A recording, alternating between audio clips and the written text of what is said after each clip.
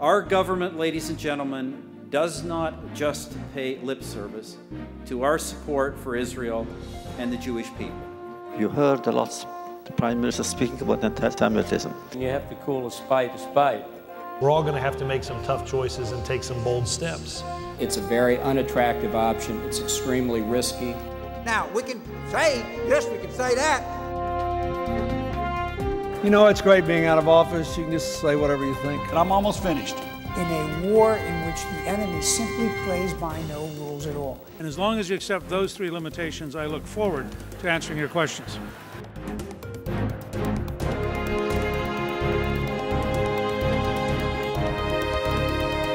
We failed the people who were involved in the Holocaust. The door to Canada was slammed shut to Jewish immigrants before and during the war. But by not looking to the past, we guaranteed that never again happened again and again and again and again, and continues to operate. Anti-Semitism is the most stupid of all ideologies that exist, because it combines all the antagonisms, all the contradictions. We are hated because we are too rich or too poor, too religious or not enough, too nationalist or too universalist. The anti-Semite hated me before I was born.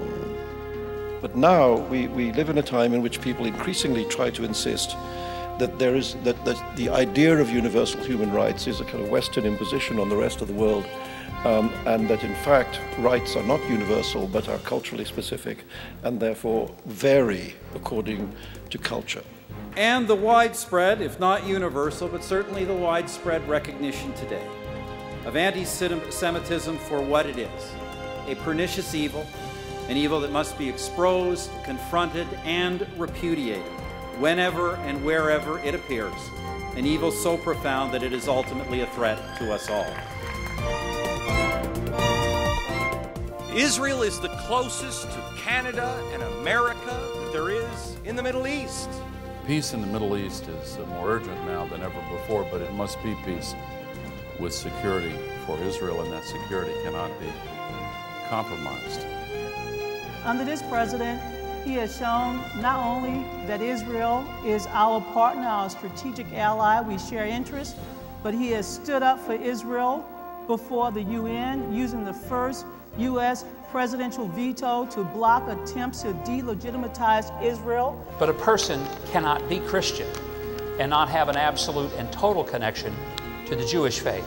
It's because it's not just the land for Jewish religious freedom to go there. It is also going home spiritually.